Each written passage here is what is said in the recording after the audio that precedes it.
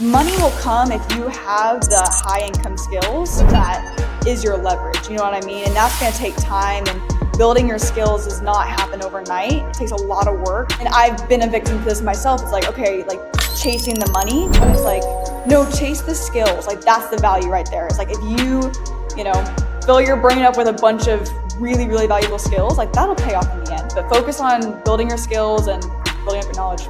This is BizNinja Entrepreneur Radio with your host, Tyler Jorgensen. Welcome out to BizNinja Entrepreneur Radio. I'm your host, Tyler Jorgensen, and today's a unique episode. I'm very excited to introduce this person to you. And before I do, I just want to give a little bit of a background. So for those of you that have been watching or listening to the show for years, you've heard me interview dozens and hundreds of entrepreneurs. You've heard me talk about the businesses I do. And not too long ago, I joined HighLevel running their integrated marketing. And as part of that, I get to meet some amazing people. And here at HighLevel, we currently have an internship program. And so one of those interns is joining us today. Her name is McKinlee Suitors, and she is the founder of Lead Getter, which is her white label instance of HighLevel. And so today we're going to talk about what she's doing, why she's doing it, her background, and all of those amazing things. So welcome out to the show, McKinlee. We're super excited to have you. Yeah, thank you so much. I'm super excited to be here. When you asked me, the opportunity came up, I was like, oh my gosh, I can't say no. This is awesome. So I really appreciate you having me on. Absolutely. So I ask this question at the beginning for everyone, right? Yeah. And so when was that moment in your life where you first realized you were an entrepreneur? Ooh, it was definitely young. So to kind of give a backstory, I had a YouTube channel. Let's say I was probably like 10 years old, right? And I loved to film every single thing in my life. I would, get all my friends together and I would say, all right, guys, this is our plan. This is what we're going to do. And I'm going to film it all for my YouTube channel. We cool with that? And they would be like, some of them were, more cool about it than others. But I convinced them. I can convince people pretty easily sometimes. And I was like, all right. So I started posting on YouTube. And through that, I loved it because it was a very creative hobby that, learning cameras and editing and storytelling as well. I loved that part of it. But something that also sparked my interest and kind of grew from that hobby was learning like SEO for YouTube and like learning how to attract an audience, and more of like the business technicality side of it was really very interesting to me at a young age. And so everything that I would do, I'd be like, okay, how can I track this to make sure things are working? And, I just, from a young age, the business bug just caught me. I love it. So, how did that channel do? Did you have some success with it? Oh, no. No. Are we talking dozens of views or hundreds or? Well, I got to I think 800 subscribers. That's not bad at all. That's not bad at all. I always say, if you picture that in real life, right? If you had an auditorium of 800 people watching your stuff, it'd feel pretty cool. Yeah, actually, yeah. My kids had a channel when they were young, and they never took it really seriously. But we were looking at it the other day, and we had a handful of videos that did tens or hundreds of thousands of views, and it's fun to look back on now as like a time capsule. But yes, now there is a bit of entrepreneurship in your blood, right? So tell me a little bit about your background in business and your family's connection. Yeah, absolutely. And actually, just to touch base on what you just said, just like a little time capsule that you get to watch back on, just really fun moments in life that are on YouTube now. That's been my favorite thing about having a YouTube channel. And I still keep all of those personal videos up because I get to go back and look at, all the fun times I have with my friends, because I decided to have a video diary of, hanging out with my friends and stuff. So so entrepreneurship definitely runs my blood. My mom, she started a CrossFit gym in 2009. So when CrossFit was, first coming up, it was brand new. She started a gym out back of our house. We had a shed out there. Started that. She's been running it ever since.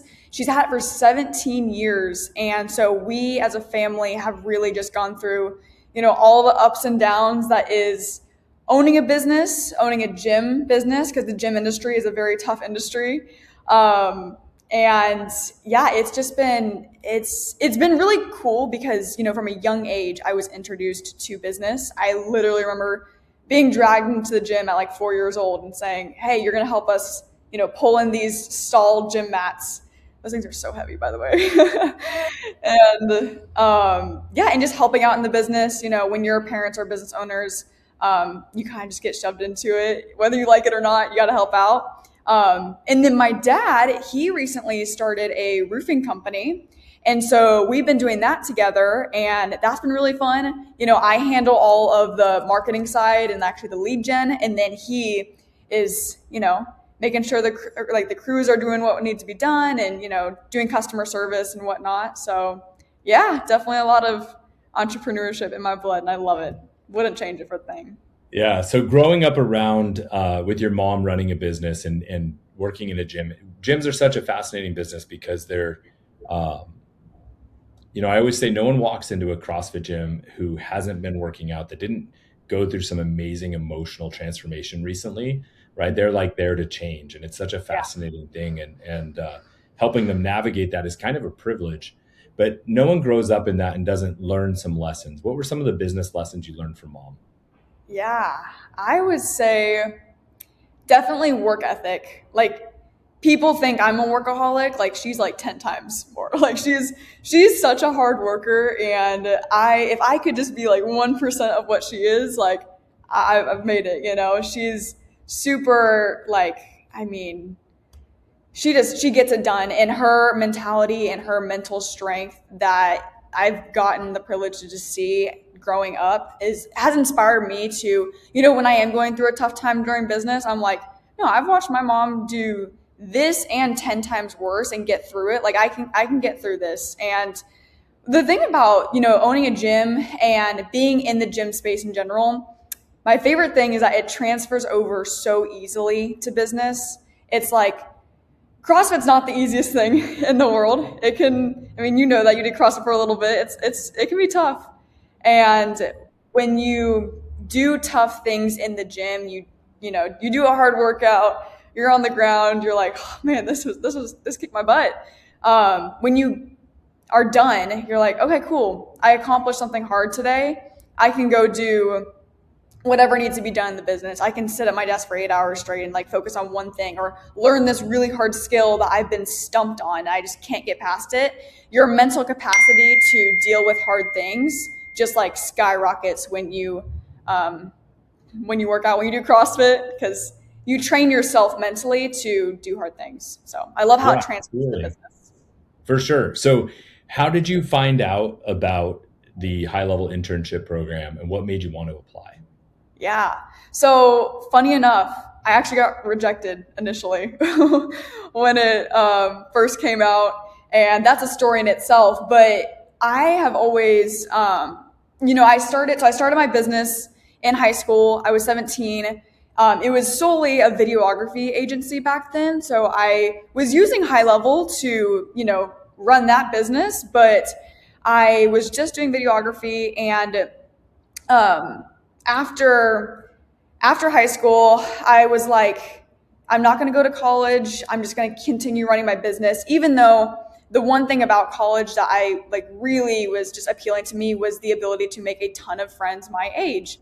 And that is something that I did miss out on. And I was like, man, I love what I'm doing so much. I love business. I don't want to give it up. I just wish there were people my age that were into this and into talking business, into talking Claude and AI and sales and all that stuff, because people my age are not really into that typically. If I find somebody like that, I'm like, wait, what? So when the internship came up, I was like, hold up, a software that I've been using for 3 years now, an entrepreneurial internship where they're helping me grow my agency, and it's all college age kids. This is too good to, am I dreaming right now? This is too good to be true. And so, yeah, when I saw it, I was like, this is exactly what I've been wanting for the past 3 years. Business is already, a lonely path. It definitely can be. And, nobody my age really does this that I know of. I haven't really met many people in my circle that are interested in this. So when I found this, I was like, oh, I got to get on this. So that was the interest in it, like finding more people that are like me. Cool. And so I know as part of the program, some people are just getting started, but you brought in a business that had a little bit of momentum, or at least some experience already. In those 3 years that you've been running your own agency, it sounded like that was the timeline. What are some of the biggest mistakes you made, and what did you learn from them? Biggest mistake number one was so in HighLevel, they have the HIPAA compliance. You have to have it on if you have a HIPAA compliant person. And before I got my first client, who is a chiropractor and I love, and we've done great work with him, I was like, okay, cool. I'm getting this type of, healthcare industry. I need to get this HIPAA compliance.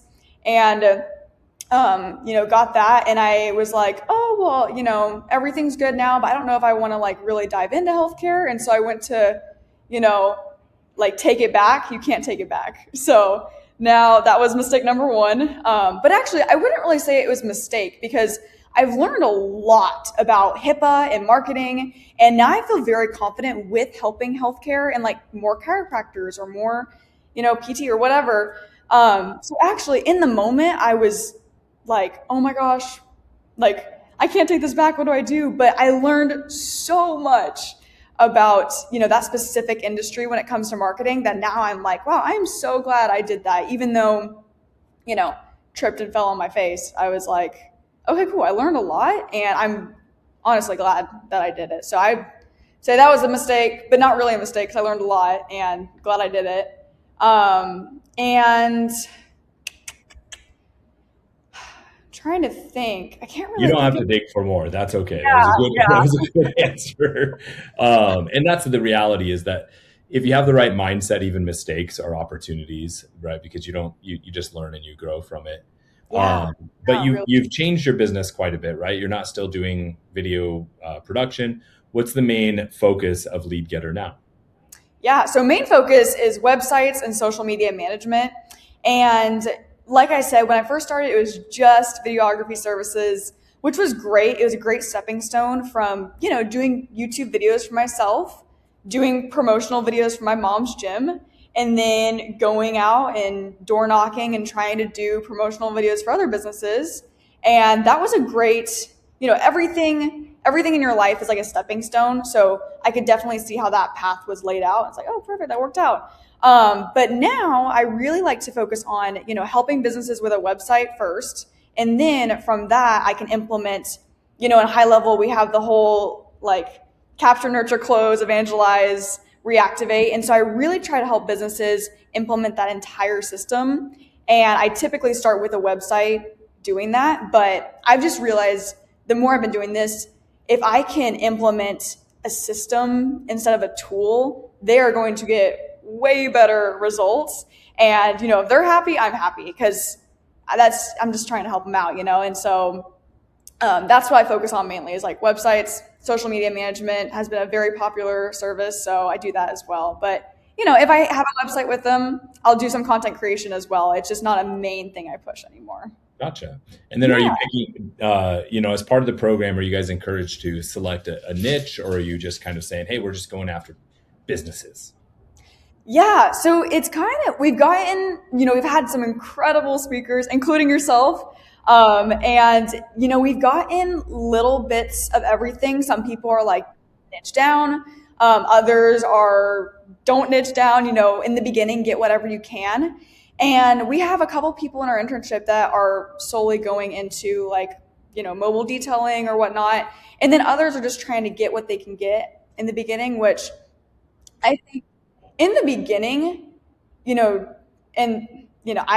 still in the beginning too. I'm still learning, but get what you can get. And, every single industry you have experience in is just gonna, more experience is more experience, and the more you're gonna learn from that. So I think in the beginning, get what you can get. Like some of the people have told us, but then once you start to scale, if you find an industry that you're like, I really like working with roofing companies, I'm going to solely do that. I think for scalability, obviously that's going to be a lot easier when you can rinse or repeat. Sure. But yeah, I think Who are some of the entrepreneurs or like either authors or social media, entrepreneurial influencers that you really are attracted to and pull from? Yeah, so I've always been a big Alex Hormozi fan. I've listened to his podcast like every day.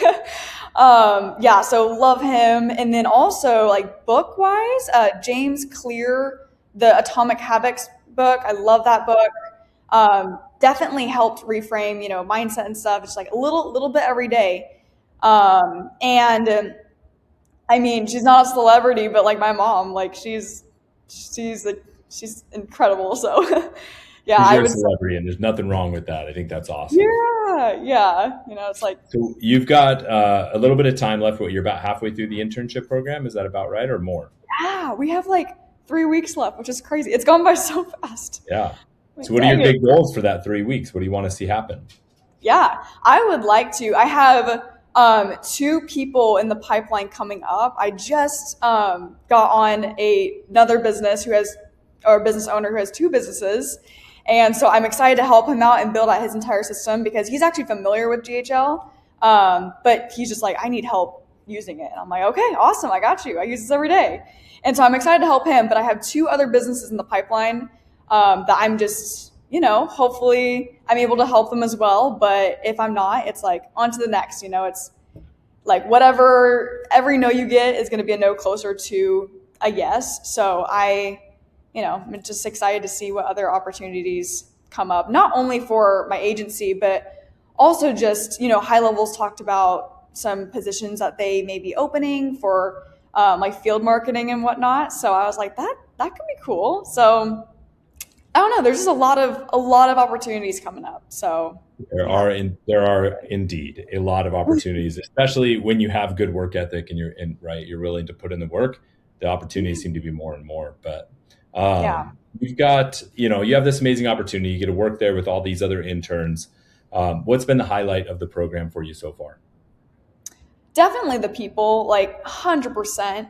I think that being with people who want to succeed themselves and want to see you succeed too is just a total game changer. Like these other interns are incredible, super supportive people, and everybody's like, when somebody gets back from a sales call, we're like, oh, how did that sales call go? Like, what did you do? We do a lot of like sales role playing together and trying to help each other get better, and we share tips and like snapshots of like workflows I've been working for us. And I would absolutely say the people, we go out, they're actually at pickleball right now. I was like, I'll catch you next time. But we go play pickleball together. We go to events and stuff. So it's crazy how quickly you can click with people when y'all have that same like passion and drive to go do big things in life. Because a lot of people, and this isn't a bad thing, but they're just like content with where they are. And that's great. That's awesome. But when you are an ambitious person, it can feel a little bit like like, man, am I the only one that wants to like go do big things that may seem impossible? But, if you put in the work, it could happen. So it's really cool to be surrounded by other people who think very similarly. And yeah, the day we met, I was like, oh, this is going to be a good time. Good group. Awesome. Yes. Great. So you shared your top 3 celebrities as your mom, James Clear, and Alex Hormozi, and you shared that from your mom you learned work ethic. From James Clear you learned the principle of getting a little bit better every day, or 1% better. Yeah. What's a big lesson you've learned from Alex Hormozi? Ooh, I would say the full like work ethic wise, like it's gonna take a lot more volume than you think, and I also think too he gives a good just preface on like, you've got to put in the work yourself. Actually, one of Wesley, our speaker yesterday, was talking about how a lot of people who are in the agency world, when they are first getting into it, they try to outsource too early, and they don't ever put in the work themselves. They don't know how to build out the workflows manually or build the websites manually or whatnot, or run the ads, for themselves. They think, okay, I got a client, I need to outsource this. And when he said that, I was like, yes, thank you for saying that, because, Alex is all about like high volume, like do the work and whatnot. And I have always had that adoption in my mind, but I've been hearing a lot of people be like, oh, you need to outsource and whatnot. And it was very refreshing hearing what Wesley said yesterday as like, no, put in the work. You're still in the learning phase. It's good for you to get your hands dirty a little bit. So then when you do outsource it, you can manage it from afar because you know how it works. You've done it over and over again. And that repetitiveness of it's going to take a lot of volume, a lot more than you think, is what I get from Alex Hormozi. So it's like, that's it for sure. Yeah, Alex and Layla both like to say that the long way is the shortcut, right? And so like doing the work and taking the time, like that's actually the shortcut. So many people are looking for shortcuts that they never just do the actual work and take the path. They take all the steps. And if they just would have done that instead of trying to take 5 shorter paths, the one that would have taken 3 times longer would have actually been faster. Yeah. And if you look at it as like this is going to grow, me putting in the work, me, spending the time on this, like money will come if you have the high income skills that is your leverage. You know what I mean? And that's going to take time, and building your skills does not happen overnight. It takes a lot of work. And so if you look at it as I'm just putting into my skill bucket, like that will compound later on. I think sometimes people can get into, and I've been a victim to this myself. It's like, okay, like chasing the money, when it's like, no, chase the skills. Like that's the value right there. It's like, if you fill your brain up with a bunch of really, really valuable skills, like that'll pay off in the end. But focus on building your skills and building up your knowledge. One of the early quotes I learned was work to learn, not work to earn, right? I mean, obviously you need to get paid, but you want to look, if you're going to have 2 job opportunities, but one of them gives you a skill and gives you lessons and the other one's just paying the bills, right? That's a better opportunity, which is why the internship you guys are doing is so powerful, right? Because it's not just like the basic internship where you're just filing papers or doing basic stuff. You're learning, really powerful, like you said, high value skill, whether you stay and do your own business or whether you step into somebody else. The world needs entrepreneurs and entrepreneurs, right? And so people that can step in and create and do things is so powerful. What, if you had one thing that you said, oh man, okay, like in my business, if I had a magic wand, I could fix one thing, what would you fix right now? Ooh, I think, honestly, there's not really anything I would fix because this is part of it. Sometimes you can think, man, why is this taking so long? Or I should be at X amount of clients right now. But I don't think there's anything to fix because, when I get in that mindset of like, I should be here, but I'm not there yet. It's like, that's going to take time and that's going to take more work. So there's nothing I would really fix because it's just going to take more time and more work. And I gotta go through that. I can't like you said, you can't skip steps. Otherwise that's going to backfire in the future. And there's nothing I'd really fix right now. I love it too. It's like what I do right now. I work a lot. My friends are like, you're a workaholic. But it's because I love it. Like it's not work to me. It's very creative and it's very challenging and new and it's problem solving. And I love doing that. So it's like, it's not even a work. It's just fun. It's part of the journey. So nothing I would really fix right now, actually. So you've gotten to meet a few of my friends, guys like Alex Schlinsky. Yesterday you had my boss, right? Wesley was in there. We also brought in Neil Patel yesterday. So you've had a really cool opportunity to meet a lot of other people. Any big takeaways from some of those guest speakers that you think have been powerful for you? Yeah, well, so I already mentioned Wesley's a little bit ago, but I've actually been making recap reels of each speaker. I have one for Michael coming up, Michael Reimer, did one for Alex Schlinsky, and I would say a takeaway that was really cool from Alex was, first of all, incredible at his skill set. I was literally watching his training videos before we hopped on because I was like, I need to get better at this. But very, very generous and was just so willing to help and, give away all of his secrets because a lot of the stuff I was like, wow, this is so good. Why is he giving this away? But he's just very, very generous. And it's really cool to see people who have made it and but still recognize like, we all start somewhere and just have the heart to be like, I want to help these kids out, because we're all trying to learn. And yeah, I think like just generosity, and yeah, that's definitely a takeaway I got from him for sure. Of course, the sales skills, of course, but yeah. Yeah. But, I think that's says a lot about you, that the lessons are important, right? And what they're teaching you, but what you're learning about the people is just as important. So yeah, absolutely. And in my life, I've definitely learned, as I've watched many people in business start and grow and fail and recover, is givers gain, right? The people who are generous, generosity returns. The people who are generous with their time. There is absolutely that conversation of abundance mindset versus scarcity mindset, right? Like helping people grow. Everyone, it's a rising tide, right? And how is that happening at the internship program? Is everyone lifting each other up?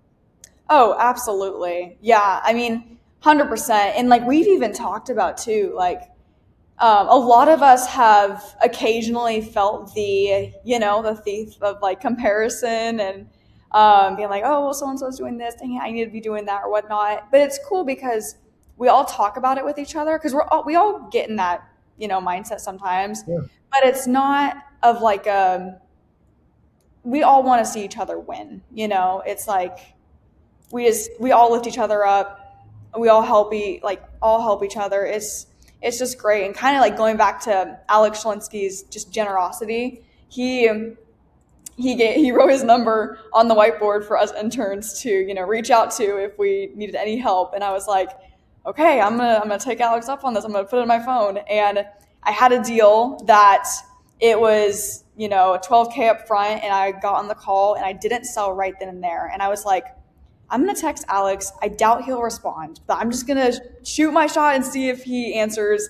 And he did answer. And not only that, he gave me he showed interest and was like, okay, cool. Give me the context. What's your build out? What are you doing? Like really was invested into what I was doing. I was like, wow, this is really nice. Like I just, and then, gave me some advice on what to do next and kept checking up on me. Hey, has he paid? And unfortunately, there were sometimes I was like, no, he hasn't paid yet. Like, I don't know if this is going to go through. But it did go through. And thanks to Alex, he gave me advice and I implemented that advice and it went through. So it's just things like that too, where it's like, man, you did not have to do that at all. And very, very grateful for that. Because it also just goes to show that like, that's somebody I want to be like, when I, grow and whatnot, I want to mimic that. I want to model that. Yeah. That's really cool. Makes a big impact. It's a good concept of energy to return back into the universe. As we get into the end here, business is important, right? But so is living. What's one item on your personal bucket list you're going to do here in the next year? Ooh, I would love to travel and travel abroad specifically. And if we're getting really specific, I have my passport, so I know this. I can do this. I would love to go bungee jumping. I love adrenaline, I'm a big adrenaline junkie. Skydiving wasn't scary enough, so I want to try bungee jumping. And yeah, I feel like bungee jumping somewhere abroad would be really cool. I love it. Make it happen. Life it's not going to go any slower. So McKinlee, thank you so much for coming out on the show and for sharing your experience with the listeners here. And to all my biz ninjas, wherever you're watching, listening, or tuning in, it's your turn to go out and do something.